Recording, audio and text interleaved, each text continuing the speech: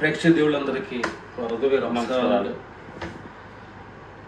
మనం ఉండాల్సిన చోటగానే ఉంటే మనకు ఉండాల్సిన చోటగానే ఉండి మనం జీవితోపాధి నడిపితే దాని మర్యాద వేరే, ఉండకూడని చోట ఉండి మన జీవన శైలిని జరిపితే దానికి చెడు మర్యాదలు వేరే అనేది మీకు విమర్శకి చెప్తున్నాను.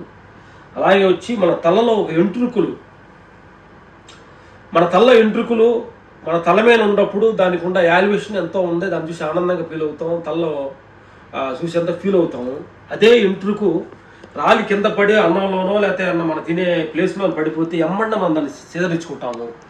మిత్రుల దీంట్లో నుంచి మనం ఒక సత్యాన్ని తెలుసుకోవాలి. మనం ఆత్మశక్తిలో నిరంతరం నువ్వు ఉండి భగవంతుడు స్వరంలాగా నువ్వు జీవిస్తూ ఉంటే దానికి ఉన్న మర్యాదే వేరే.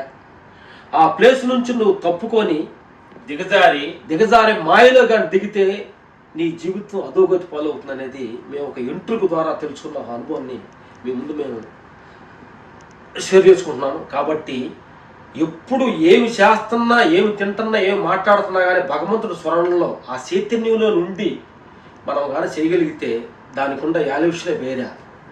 కానీ దిగజారిపోయి మాయలో చిక్కుగానే ఉంటే దాని స్థితిగతులే వేరే అనేది మేము ఒక విషయాన్ని గమనించి మేము షేర్ చేసుకున్నాం.